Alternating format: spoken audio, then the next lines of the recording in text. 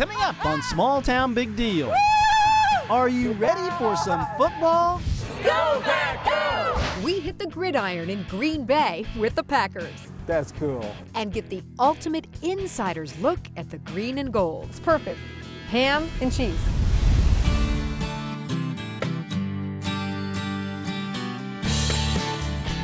Welcome to Small Town Big Deal. We've traveled across the country and firmly believe that the people in small towns are the hands that keep America strong.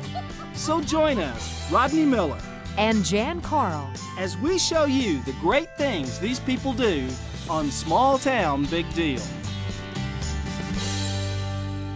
Welcome to Small Town Big Deal. I'm Rodney Miller. And I'm Jann Carl. And we are at a little different place. We're in Lambeau Field, home of the Green Bay Packers. Okay, I know what you're thinking. You're thinking Green Bay's not that small of a town. Well, in terms of towns that have professional football teams, it's the smallest. And Jan, this is really a special episode for me because I have been a Green Bay fan since I was that tall, literally. I couldn't really tell. So I had to dress the part today, and I am just like gonna be giddy the whole show, so just ignore me. Yeah, I've been trying to do that all day. It's not working. And I'll tell you what, even if you're a Green Bay fan, I bet we're gonna tell you some things even you didn't know. But first, the basics. The city of Green Bay is located about 120 miles north of Milwaukee on Lake Michigan and has a population of about 100,000. Making it by far the smallest town to host any major professional sports franchise in the country. Green Bay is typically known as Titletown, USA, because the Packers have won 13 NFL championships. Well, did you also know that Green Bay is the toilet paper capital of the world? In fact, they invented the first splinter-free toilet paper. No, I didn't know that, but I like my fact a lot better. Well, okay. I said my fact because the Packers always wipe up the competition on the field. Good comeback. When's the last time you were here? Like 97? Oh my gosh. So it's changed so dramatically since then. Come on, Jan. I have on heels. Okay, time out for just a second. I want to make it clear that probably the #1 reason we're in Green Bay is because of Rodney's lifelong love affair with the Green Bay Packers. Small-town farm boy worships small-town national championship team in nearby state, Wisconsin. So you can only imagine for him to get to spend an entire day at Lambeau Field, well, it's a really big deal. Yeah! Can you believe this? Wow. Look at that. This is so much bigger than it was when I was here last time.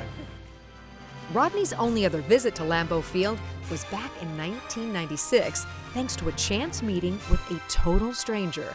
He shared the story with our tour guide, Don Tolkosh. I lived 501 miles south of here at the time. And Notice 501 miles. we were at McDonald's that morning, and this guy comes over to us and he goes, "Are y'all from Green Bay?" Me and my wife and my kids, we all had Green Bay attire on. And I go, "No, we're from here. I've just been a huge fan ever since I was a little kid, and we just really live and die with the Packers." And he talked to me for a while. And he goes, "I'm a season ticket holder. I got tickets on the 50-yard line. If I ever can't go to a game, I'm gonna call you." And I thought, yeah, right?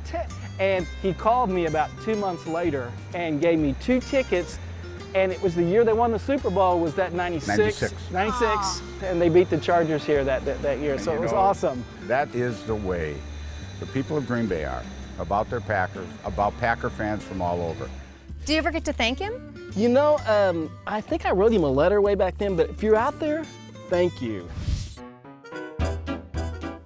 The team was founded in 1919 by Earl Curly Lambeau, a Green Bay native and star athlete, and local sports editor George Calhoun. The name Packers came from the meat packing company that the 21-year-old Curly convinced to sponsor the team. And on August 11th, 1919, at 7 o'clock at night, 24 guys showed up with Calhoun and Lambeau, and that's how we're born. That's it. That's a great American story. It is. Curly was not only the team's founder, but its star running back for a decade. He'd later go on to serve as Packers head coach for 28 years. Now I understand why it's called Lambeau Field. On 3, go Pack, go, and listen for the echo. 1, 2, 3. Go, Pack, go! Go, Pack, go! Imagine 80,000 people. And man, what a stadium. In recent years, renovations have increased seating, added luxury suites, a larger pro shop, an atrium, and cutting-edge HD scoreboards. Packer president and CEO Mark Murphy says it's the things about Lambeau Field that haven't changed that make it so iconic, and I would totally agree. Let's see the yellow railing or fencing. Basically everything below that is pretty much the same as when Vince Lombardi was coaching here. Wow. So we've kept that the same. It's the only stadium in the NFL with bench seating. Almost all the seats are bench. I hear complaints from fans, well, the benches aren't comfortable, why don't you change them? The problem is, if we converted the benches to chairbacks, we'd lose 10,000 in seating capacity. So I said, well, who's willing to give up seats? Yeah, that would cause a riot or a war, I think. Yeah. For players, having this as their home field is like finding the Holy Grail. For me, I never took a game for granted. Every time I walk through the tunnel, even right now, I'm starting to get goosebumps. You are! Former Packer wide receiver Bill Schrader played for the team from 1994 to 2001. Being able to jump in the stands after a touchdown, to be able to celebrate the game of football here in this awesome stadium, there's nothing like it. I know jumping into the stands is something that everybody wants to do, but man, if you ever get a chance to get on the field, you got to do it. The Lambeau Leap isn't quite as tall as I thought it was. And looking at it, I think I might even give it a shot, Rodney. You'll end up like me with a pulled hamstring. On second thought, maybe it's better I decided against trying the Lambeau Leap. But thanks to Jann, who kept our tour guide Don a little distracted, I was able to get a feel of that legendary turf. The frozen tundra! But I just touched it. I didn't actually step on it. You're not supposed to do this. Oh, that's Lambeau Field, the frozen tundra. The playing surface is the envy of the league and a marvel of science and engineering. What we did is we took and we tore out the entire field, sand and clay base, put in drainage tiles. We have 43 miles of piping, pumps antifreeze and hot water through. It keeps the track dry. And then Kentucky bluegrass was planted, and a company came in from the Netherlands that does all the world-class soccer fields. And they stitched down into our grass 22 million fibers of green plastic. We're 97% real grass, 3% plastic. And it allows the field to be safe and soft. Players love it. Coming up, the Packers fanatical fans. I buried my husband on Saturday and went to the game on Sunday. And then we sniff out the inside story on the creation of the Cheesehead. It's perfect. Ham and cheese.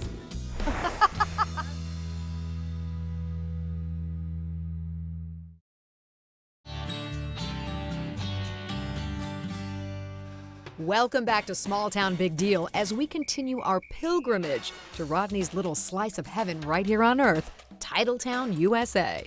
Yep, that's Green Bay, for those of you who somehow don't share my love for the Green Bay Packers. None other than Forbes magazine just ranked Green Bay fans as #1 among NFL cities, and we can understand why. We all know about Lambeau stands filled with cheeseheads braving sub-zero temperatures on game day. But how about superfan Bea Freilich, a 74-year-old grandmother of 6 who has only missed one game since 1957? The reason she did miss that one game? Her boss needed her to work. Okay, that's unbelievable.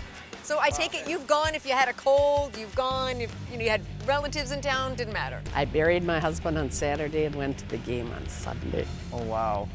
But that's like family, Yeah. Yeah. all around you. Bea lives just 1 block from Lambeau. She had a large tree stump in her front yard carved to commemorate the Lombardi Trophy. And inside her home is like a shrine to the green and gold. Do you ever have an extra ticket? Oh, yes. Yeah? I got my husband's all the time. When do you want to go? He's You looking to date? Yeah. Every home game to the Packers has been sold out since 1960. Can you believe that? And get this, the waiting list for season tickets, 112,000 people. That makes this woman, Christine Wahlen, one of the most popular gals in town. You're probably the one that they want to bribe because... We do get that, yeah. Do you? Seriously? Yeah. And how many have you taken? None.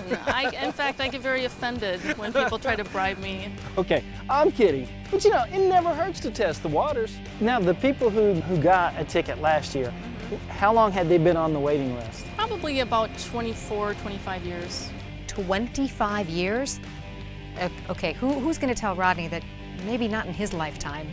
You know, people come in with very, very teeny tiny newborns, and they probably are coming home from the hospital, and they stop here to sign up their kids on the waiting list.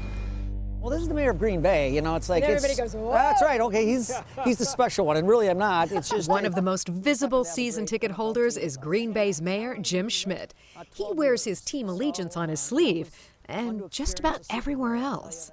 I go to every game. You know, Yeah, I like your love tie. it. Thank you. Yeah, tie, and not only the tie, but you know, I bring the coat too. So yeah, we got the corporate dress. So you know, Now you're going to want one. Don't undress anymore. yeah, no, I'm But good. I'm guessing I'm good. more There's under more, that. but we'll wait. We'll wait. I just got to know you. In Green Bay, it's good to be mayor. And I entertain quite a bit on Packer games. I bring in visiting mayors of the teams that we're playing, and what a great way to not just get them here, but to really showcase the Green Bay Packers and show them around town. As you've seen, I mean, it's a small town, but it's a terrific town with a lot of pride. And that pride comes from the fact that the Packers are and always have been publicly owned. You know, there are almost 400,000 shareholders, and they all wear the green and gold very proudly. We sold 180,000 shares in the first day. In the first day, yeah. So we ended up, netting on the sale about 64 million, and all went right into the stadium. You know, the last stock offering was in 2011, and each share sold for about $250, despite the fact that it can't be traded and it pays no dividend. You know, that's just the way they've done it here, in good times and bad, and it shows the town's pride in this team. The annual shareholders meeting is held, where else? Right in Lambeau. We put the stage right in the middle of the field, and we'll have normally, anywhere from 15 to 20,000 people, and it's the most unique business meeting you will ever see. Another long-time tradition that dates back to the Lombardi era is the daily training camp bike ride. Each day, scores of kids on bikes show up bright and early to lend their wheels to a player to ride to and from the training facility to Lambeau. Yeah, and they have a little system out there. The kids got they're ready. They got the rollerblades or a skateboard, or they jump on the pegs on the bike. So they know they're pros at that. They're pros, yeah. Retired Packers all-time leading rusher Amon Green says it's just another example of the extraordinary bond between the team and its fans. I got one kid, his name was Isaiah, and I stuck with him every day my first 4 or 5 years.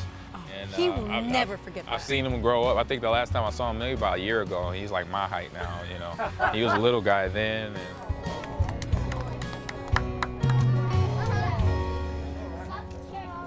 And finally, for lifelong fans like Rodney or newbies like me, there's a bunch of ways to revel in the Packer experience. Go, Pack, go!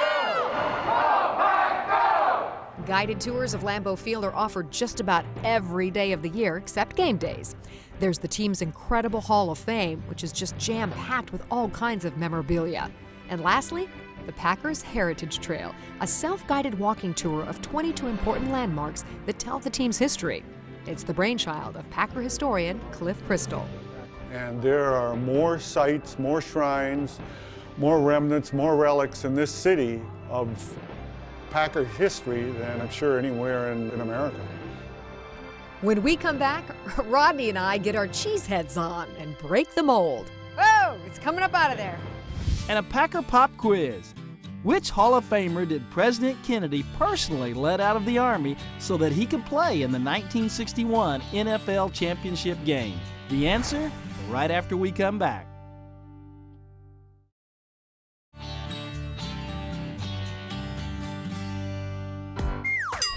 Which Packer great was personally let out of the Army by President Kennedy so he could play in the 1961 NFL championship game? The answer? Paul Hornung, who went on to score 19 points in a win over the New York Giants. You know, if a town is lucky, they have something really special that represents them, like Green Bay has the Packers. Or San Francisco has the Golden Gate Bridge. New York, the Statue of Liberty. But in St. Francis, Wisconsin, they have something, well, maybe not so grand, but every bit as iconic. Well, kind of in a Wisconsin sort of way. Located about 125 miles south of Green Bay and just a stone's throw from Milwaukee is the small town of St. Francis, population just under 10,000. And it is here that one man armed with nothing more than a dream and a hunk of foam created one of the most iconic items in sports history. That man's name is Ralph Bruno, and his creation, synonymous with both Wisconsin and the Packers, the illustrious Cheesehead. Tell me the story of the birth of the Cheesehead. Well, the birth of the Cheesehead, it really came from a baseball thing. I was going to a Brewer game at County Stadium with a bunch of friends of mine, and I was upholstering my mom's couch at the same time. And, you know, our friends to the south have been calling us the Cheeseheads for so long that I thought, oh, I'm going to make a Cheesehead. So, thanks to all the haters from the south side of the state line, Ralph went right to work. So I grabbed a piece of my mom's couch and cut it into a triangle and burnt holes in it and sprayed it a color so it looked like all cheese rolled up into one. And I put it in a bag and I went to the game with it. And faster than you can say fondue, the Cheesehead was born. We had fun watching this hat get passed around through the game. And I thought, wow, there's something here.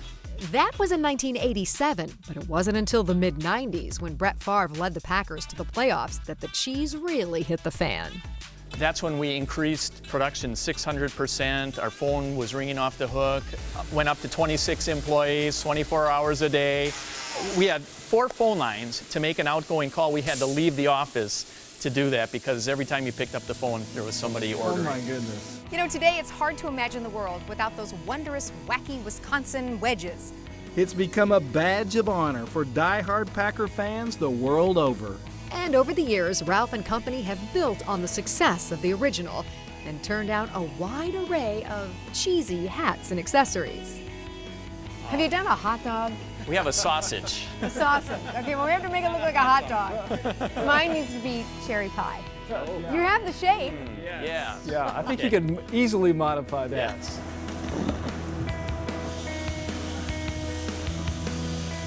Ralph likes to keep his annual sales numbers close to the vest, and you can understand that. But you know, it's been reported that his company, Foamation, has annual sales of over $1 million. Now, that's a lot of Cheeseheads. One thing, Ralph, that really impresses me here, and we love to feature this on our show, is that it's all American made, and it's really pretty much handmade here. It is. You know, the material, the foam, is being poured by hand by our guys. I liken them to like being chefs, you know. All our materials come from the state of Wisconsin, so yeah, we're truly an American-made, handmade product. Ralph's wife, Sue, runs the front office. But when they were first dating, he didn't divulge that he was the Cheesehead guy. We dated for a long time before I knew what he did for a living. Something in the foam business is what he said, and in the beginning I really was not, I'd never wore a Cheesehead before, you know, and I just thought, you know, when he told me, I'm like, no way, you know, No but way. then, yeah, I'm like, I really got to see this for myself. So, Sue, was there ever any times when you thought, maybe this is not going to work out? No, never. Never? Yeah, no. So you were positive about this from the get-go? Oh yeah, you know, he's just a lot of fun out, you know, out and open, and we have a really good time doing this. We work really well together. I don't think he meant the marriage. I think he meant the business. Yeah. This is like Making fudge. 2 days in a row.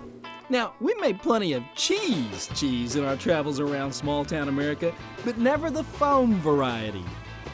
So what is this, Ted? This will be the lid for the medium Cheeseheads. Okay. There are different sizes of Cheeseheads. Yeah, they're small. Ah, so he would need like a big head. Largest, we got largest. So veteran Cheesehead maker Ted showed us how it's done. So there's 2 different chemicals going into that. Yeah, this will be the coloring kinda, and then this will be what activates it, what makes it blow up and yeah. All right, here we go. There it goes. And then just step on the pedal. Nice little trick there. Okay. Whoa! It's coming up out of there. Oh, yeah, okay. The other way. Oh, No, that's stop it. He's just being mean. how you make a Cheesehead. That's it? Yeah, that's it. Woo! Now it's my turn at making a Cheesehead. Push the button. I sure hope I don't screw it up. Pouring the cake mix in. Am I doing it right, Jan? Beats me. It looks good to me. Actually, it looks good enough to eat. At the rate they were going at, we'll probably get 10 a day done. So, is that right? Looks good to me. Okay. So, will you judge whose cheesehead came out the best? Well, you can see when we pull it out whose is better. Do you think you can be unbiased after she put her arm around you and was rubbing on your back? And yeah. You'll be able to see. Yeah. I don't think Ralph will ever hire these guys. And just 4 minutes after we pour the mold, our very own handcrafted cheeseheads are ready. Whoosh! Okay. Yeah. Oh, look at him. Okay, Ted. Oh, a medium's too small for me, I can tell for sure. Looks like I got a top hat. They both look pretty good. So a tie? I would go with a tie. You know what? It's perfect. Ham and cheese. That's for sure. I thought I'd say it first. I'm not sure where Jan is, but I hope you've enjoyed this episode of Small Town Big Deal. Here I am, here I am. Ah, well, looks like you've converted. I think I'm going to be a pretty good Packer fan. Well, welcome to the Packer Nation. Thank you very much. You know, hasn't this been a fun episode? I mean, I got to interview Mark Murphy, get out on the field, meet some great players. Yeah, you've been like a 9-year-old boy this entire shoot. It's been kind of fun to watch you, actually. Oh, this has really been fun to do. I don't know, I hope it was great to watch. And what about Ralph down at the Cheesehead factory? I mean, okay, that's like the American dream. He comes up with an idea, he turns it into a massive lifelong business. oh gosh, and really both of those, Ralph and the Packers, are really the epitome of a big deal in a small town. They So are. I'm Rodney Miller. And I'm Jan Carl. Join us again next week, and once again, we celebrate the great stories from across America. Hey! What are you doing? Oh, nothing. I dropped my, You're not supposed to do that. The frozen tundra. The frozen tundra. Guy got the gear. Okay. I think Rodney should have done this story by himself. When I started this job, I was brown and black-headed, and then came Jan. I wonder if the Wesley Webbit wears a Wisconsin wedge.